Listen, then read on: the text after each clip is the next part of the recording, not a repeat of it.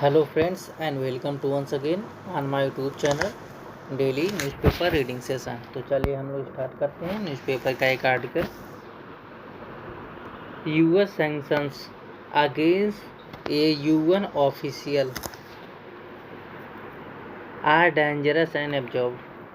The US decision to impose sanctions on a United Nations Special Rapporteur for her criticism of Israel's war in Gaza has been called a dangerous precedent by the UN and top UN Human Rights Council officials. The comments follow US Secretary of State Marco Rubio's announcement that Francesca Albanese, a special reporter on the situation of human rights in occupied Palestinian territories since 1967, would face restrictions as a result of her engagement with the International Criminal Court (ICC). The ICC has already been sanctioned by the US President Donald Trump in an executive order shortly after he took office. While the scope of the sanctions are still unclear, they are understood to include travel and visa ban, the possible asset freezes for Ms.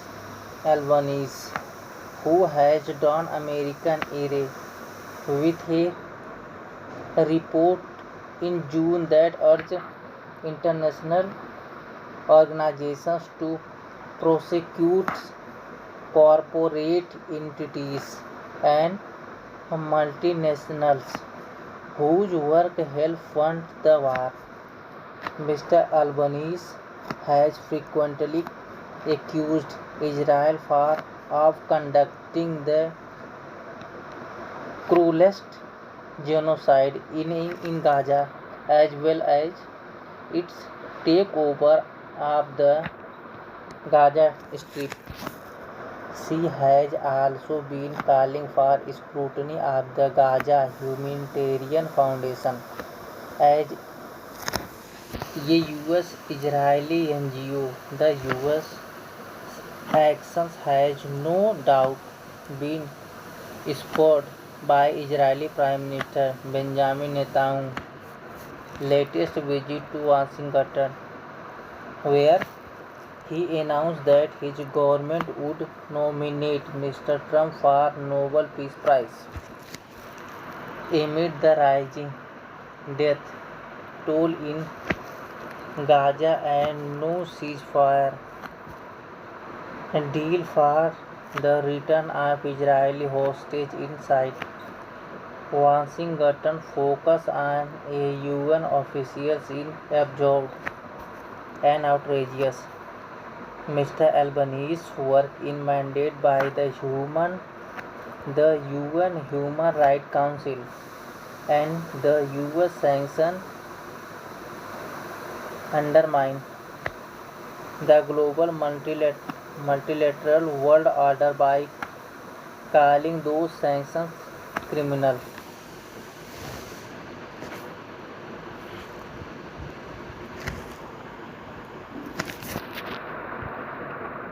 It is irrational to hold her responsible for the warrant and orders issued by the ICC and International Court of Justice, which has been heard testimony from representatives of at least 40 states and international organizations on petition calling for action against Israel.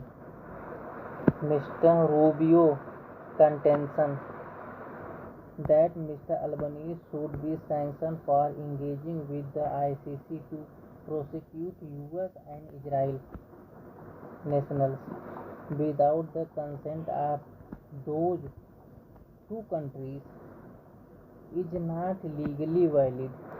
Further, his allegation that he has